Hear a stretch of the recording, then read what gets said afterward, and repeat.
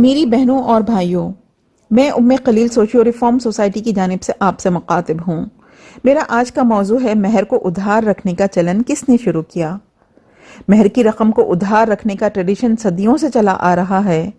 ہم نے ہر مسلک کے علماء سے دریافت کیا، انہوں نے یہی فرمایا کہ مہر کو ادھار رکھنے کی کوئی مثال سنت سے نہیں ملتی۔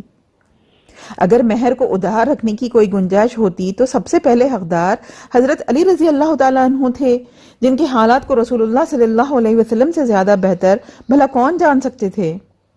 لیکن انہیں بھی جب اپنی قیمتی زرع بیچ کر مہر ادا کرنے کا حکم ہوا تو اندازہ لگا لیجئے کہ دوسروں کے لیے کیا حکم ہوگا۔ مہر کی رقم نقد ہو یا ادھار، کوئی بڑا ایشو نہیں ہے کہ اس پر بحث کی جائے۔ جو رقم طے کی جاتی ہے اس سے نہ مرد کو کوئی بڑا فرق پڑتا ہے اور نہ عورت کو۔ لیکن جب ہر فقہ کی کتاب میں مہر کے ٹاپک پر کئی صفحات کی بحثیں ملتی ہیں اور یہ ثابت کیا جاتا ہے کہ اسلام میں ویمنس رائٹ کی بہت زیادہ اہمیت ہے، اس لیے قاضی صاحب نکاح کے موقع پر مہر کا اعلان بھی کرتے ہیں۔ نکاح کو عقد یعنی ایگریمنٹ بھی کہتے ہیں۔ اصولاً ایگریمنٹ تو دونوں پارٹیوں کے درمیان طے ہونے والے معاہدے کا یعنی لین دین کا اعلان کرنا اور دونوں سے دستخط لینے کا نام ہے۔ لیکن قاضی صاحب دلہا کتنا مہر دے رہا ہے یہ تو اناؤنس کرتے ہیں، لیکن دلہن والوں سے کتنا وصول کر رہا ہے یہ ہرگز نہیں بتاتے۔ کیا یہ عقد کہلانے کا مستحق ہے؟ اس پر علماء اور فقہ خاموش کیوں ہیں؟ یہاں ایک اہم سوال اٹھتا ہے کہ اکارڈنگ ٹو قرآن اینڈ سنت مہر نقد ادا کرنا واجب ہے۔ جس نے مہر کو ادا نہیں کیا نہ تو یہ طے کیا کہ مہر دے گا تو آخر کب اور کس طرح دے گا، کیا یہ نکاح جائز ہوا؟ کیا وجہ ہے کہ رسول اللہ صلی اللہ علیہ وسلم نے مہر کو نقد ادا کرنے پر اتنا زور دیا؟ فرمایا کہ التمس ولو قاتما من حدید، ڈھونڈو چاہے ایک لوہے کی انگوٹھی ہی کیوں نہ ہو۔ فرمایا کہ چاہے ایک چادر ہی کیوں نہ ہو۔ فرمایا کہ یہ بھی نہیں تو قرآن کی کچھ صورتیں یاد دلا دو، اور پھر وارننگ دی کہ جو مہر ادا نہ کرے اور ادا کرنے کی نیت بھی نہ رکھے وہ زانی کی موت مرا، یعنی وہ قیامت میں زانیوں میں سے اٹھایا جائے گا۔ آخر مہر کو نقد ہی ادا کرنے پر اتنا زور کیوں ہے؟ یہ حکم عورت کو اس کا سٹیٹس دلانے کے لیے ہے۔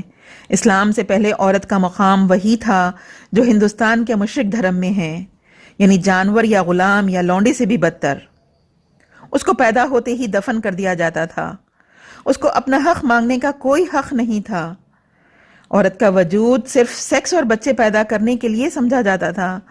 اسلام نے عورت کو آزادی دی، اس کی مرضی کو نکاح کی اصل شرط قرار دے کر اس کو مرد کے برابر ہونے کا احساس دلایا۔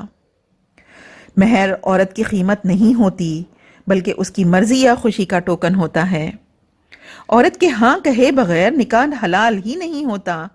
جو شخص مہر اور نفقہ دینے کی استطاعت نہیں رکھتا اسے صبر کرنے، گناہوں میں نہ پڑنے اور روزے رکھنے کی تلقین کی گئی ہے، لیکن ادھار مہر کی اجازت نہیں دی گئی۔ انفارچونیٹلی ہندوؤں سے لیے گئے جہیز اور بارات بلکہ کنیا دان کے سسٹم نے شریعت کے الٹیمیٹ گول کو ہی ختم کر دیا۔ چونکہ مہر کا مقصد یہ تھا کہ عورت کی خوشی یا مرضی حاصل کرنے کے لیے مرد نقد مہر ادا کرے، چاہے علی رضی اللہ تعالیٰ عنہ کی طرح زرہ جیسی کوئی قیمتی چیز، موبائل، بائک یا کار بیچے۔ لیکن جب سے جہیز اور بارات کی بدترین بدعاتیں نکاح میں شامل ہو گئی، عورت کی مرضی اور خوشی نکاح کی شرط نہیں رہی بلکہ مرد کی خوشی نکاح کی شرط بن گئی۔ گویا اسلام میں نکاح اور مہر کی جو اصل روح یا اسپرٹ تھی اس کو الٹ دیا گیا۔ ایز رزلٹ اسلام نے عورت کو ظلم اور جہالت کے اندھیرے سے نکال کر جو آزادی عطا کی تھی، اب جہیز کے سسٹم نے آ کر عورت کو پھر اسی ظلم کے دور میں ڈھکیل دیا، جہاں وہ پھر سے مرد کے رحم و کرم کی محتاج ہو گئی۔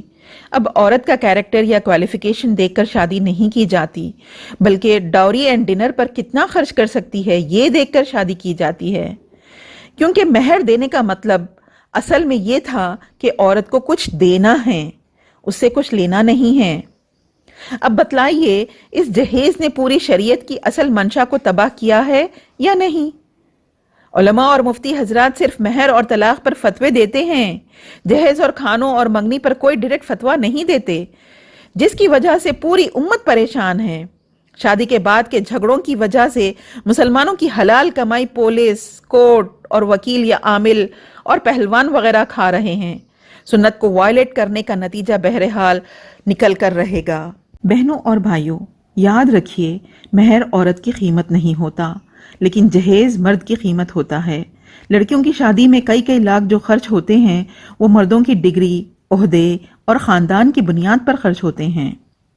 افسوسناک بات تو یہ ہے کہ لڑکی حافظہ یا عالمہ ہی کیوں نہ ہو، اس کا بھی مہر 11,000 ہوتا ہے، لیکن جہیز اور بارات پر کم سے کم 2-3 لاکھ خرچ ہوتے ہیں۔ اب بتلائیے کہاں گئے ویمنس رائٹس جو کہ اسلام نے دیے تھے؟ کیا عورت پر یہ ظلم نہیں ہے؟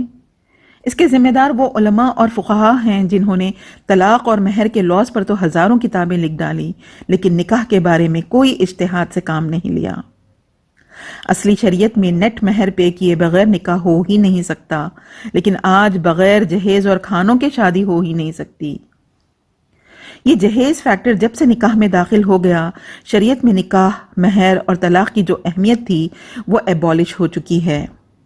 اب اس دور کے علماء اور فقہا اصلی شریعت کو زندہ کرنے کے لیے جہاد کرنے کے بجائے جو میجورٹی کر رہی ہے اسی کو چلنے دو کی پالیسی پر ایڈمنٹ ہے۔ اسی لیے ایسی شادیوں میں خود بھی شرکت کرتے ہیں اور کسی کو ایسی شادیوں کو اٹینڈ کرنے سے منع بھی نہیں کرتے، بلکہ لوگوں کو جواز بھی پرووائڈ کرتے ہیں۔ مثال کے طور پر مہر کو لے لیجئے۔ اس سوال کا کیا جواب ہے کہ اگر کوئی مہر پے ہی نہیں کرتا، اور اگر کرتا ہے تو جتنا پے کرتا ہے اس کا 200 ٹائمز زیادہ جہیز، کھانے اور جوڑے منگنی کی شکل میں وصول کر لیتا ہے، تو کیا اس کو مہر ادا کرنا کہیں گے؟ کیا یہ نکاح جائز ہوگا؟ مفتی صاحب تو کہیں گے بالکل جائز ہوا، لیکن انسانیت اور ضمیر رکھنے والے کبھی اس کو جائز نکاح نہیں مان سکتے۔ فقہ چند لکھے ہوئے اسٹرکٹ لاز کا نام نہیں ہے، بلکہ فقہ کے معنی کامن سینس ہے۔ اسلام کے ہر حکم کے پیچھے چھپی ہوئی حکمت یعنی وزڈم اور اس کے حکم کے الٹیمیٹ پرپز یعنی منشائے شریعت کو سمجھنے کا نام فقہ ہے۔ اور انفارچونیٹلی آج کے مولویوں میں یہی کامن سینس مکمل لاکنگ ہے، جس کی وجہ سے اسلام صرف کسٹمز اینڈ ٹریڈیشنز کا مذہب بن چکا ہے، صدیوں سے چلے آ رہے فتووں کا مذہب بن چکا ہے۔ ادھار مہر کو کس نے جائز کیا اور کس بنیاد پر جائز کیا، یہ ایک اہم مسئلہ ہے۔ اصول فقہ یعنی پرنسپلز آف فقہ یہ ہیں کہ ہر مسئلہ پہلے قرآن میں تلاش کرو، اگر قرآن میں نہ ملے تو حدیث یا سنت میں، اگر اس میں بھی نہ ملے تو صحابہ رضی اللہ تعالی عنہ کی سیرت میں۔ مہر کو ادھار رکھنے کی سنت نہ نبی صلی اللہ علیہ وسلم کی سیرت میں ملتی ہے، نہ اس کی کہیں اجازت ملتی ہے، نہ آپ صلی اللہ علیہ وسلم کی کسی بیٹی یا امہات المومنین کے کسی نکاح میں، اور نہ امپورٹنٹ صحابی رضی اللہ تعالیٰ عنہ کی زندگی میں۔ صرف ایک صحابی کا واقعہ عقبہ بن عامر کی ایک روایت سے ملتا ہے کہ ایک صحابی نے، جن کا نام بھی غیر معروف ہے، انہوں نے ادھار مہر رکھا تھا اور خیبر کی جنگ سے جو مال غنیمت ملا اس کو مہر کے طور پر بیوی کو ادا کیا۔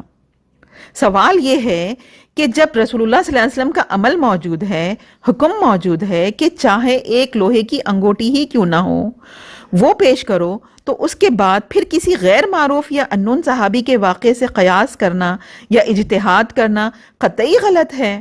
اس کا مطلب یہ ہے کہ رسول اللہ صلی اللہ علیہ وسلم کا حکم موجود ہوتے ہوئے بھی اس کے آلٹرنیٹیو پر عمل کیا جا سکتا ہے۔ کئی صدیوں سے جو لوگ ادھار مہر باندھ رہے ہیں ان کے گناہ کی ذمہ داری انہی لوگوں پر ہے جنہوں نے مہر کو ادھار رکھنے کو جائز کیا اور رسول اللہ صلی اللہ علیہ وسلم کی واضح احادیث اور سنت کو توڑنے کا راستہ دکھایا۔ نہ صرف ادھار مہر رکھنے کا راستہ دکھایا، بلکہ منگنی، جہیز اور کھانا لینے کا راستہ دکھایا، بلکہ ایسی شادیوں میں بغیر کسی ہیسیٹیشن کے شرکت کرنے اور خوب خرچ کرنے کا راستہ دکھایا۔ جن ائمہ نے فقہ کی تدوین کی، جیسے امام ابو حنیفہ رحمۃ اللہ علیہ، امام شافعی رحمۃ اللہ علیہ، امام جعفر صادق رحمۃ اللہ علیہ اور ابن تیمیہ رحمۃ اللہ علیہ وغیرہ، ان کے زمانے میں دور دور تک لڑکی سے مہر 11,000 دے کر 11 لاکھ لڑکی والوں سے خرچ کروانے کا تصور بھی نہیں تھا۔ یہ تو ہندوؤں سے لیا گیا ہے، اس لیے ان ائمہ کے فتووں میں ایسی شادیوں کے بارے میں کوئی ذکر نہیں ملتا، اس لیے بعد کے علماء کوئی فتویٰ دینے کے قائل نہیں ہیں اور نہ یہاں قیاس یا اجتہاد سے کام لینا چاہتے ہیں۔ وہی جو بڑوں سے چلا آ رہا ہے، اسی کو کاپی پیسٹ کرتے چلے آ رہے ہیں۔ بعض لوگ کہتے ہیں کہ یہ مباح ہے، یہ بالکل غلط ہے۔ مباح تو اس چیز کو کہتے ہیں جو رسول اللہ صلی اللہ علیہ وسلم نے نہیں کیا لیکن منع بھی نہیں کیا، جبکہ نکاح تو رسول اللہ صلی اللہ علیہ وسلم نے کیے، اور جس طریقے سے کیے وہی طریقہ پوری امت کے لیے ایک سنت بن گیا۔ اب طریقہ موجود ہوتے ہوئے اس کو مباح کہنا اور یہ ثابت کرنا کہ رسول اللہ صلی اللہ علیہ وسلم کے طریقے سے ہٹ کر بھی کیا جا سکتا ہے، یہ بدعات کا چور راستہ کھول کر دینے کے برابر ہے۔ مہر کی رقم پر عورت کا مکمل اختیار ہے، وہ جہاں چاہے خرچ کرے، وہ اس کی مالک ہے، اور مہر اسی وقت مہر کہلاتا جب مہر کا مال عورت کے قبضے میں ہو۔ ادھار مہر کو عورت کی ملکیت نہیں کہا جا سکتا۔ کچھ لوگ نقد مہر ادا تو کرتے ہیں لیکن شادی کے بعد حساب پوچھتے رہتے ہیں، جبکہ شوہر کو بھی حساب پوچھنے کی اجازت نہیں ہے۔ کچھ لوگ مہر میں سونا یا پراپرٹی دیتے ہیں، یہ بھی ایک چالاکی ہے۔ انہیں اچھی طرح معلوم ہے کہ ہماری سوسائٹی میں عورت کیا اپنی مرضی سے اس کو فروخت کر سکتی ہے؟ ہرگز نہیں۔ اس کا مطلب یہ ہوا کہ مہر کے نام پر عورت کو چکمہ دے کر اپنے پیسے کی حفاظت کی جائے۔ بہنوں اور بھائیوں، کچھ ہزار روپیوں کے مہر پر بحث کرنا ہمارا مقصد نہیں ہے۔ آپ مہر ادا کریں یا ادھار رکھیں، 10,000 دیں یا 10 لاکھ دیں، اس سے کوئی بحث نہیں۔ اصل حکم یہ ہے کہ عورت کو دیا جائے، نہ کہ اس سے لیا جائے۔ اس میں ایک بہت بڑی حکمت پوشیدہ ہے۔ اگر لوگ اور بالخصوص آج کے علماء اور فقہا اس کو نافذ کرنے کی کوشش کریں تو مسلمانوں کی غربت و افلاس کا خاتمہ ہو سکتا ہے۔ کروڑوں برادران وطن کو بھی اسلام کے قریب آنے میں مدد مل سکتی ہے۔ ورنہ اگر اس مسئلے کو نہ سمجھا گیا اور یہی چلن چلتا رہا تو بہت جلد مسلمان شودھروں سے بھی بدتر اخلاقی اور معاشی حالت کو پہنچنے والے ہیں، بلکہ پہنچ چکے ہیں۔ مزید تفصیلات کے لیے ہماری ویب سائٹ ملاحظہ فرمائیے یا ہمیں واٹس ایپ کیجیے۔ جزاکم اللہ خیرا کثیرا۔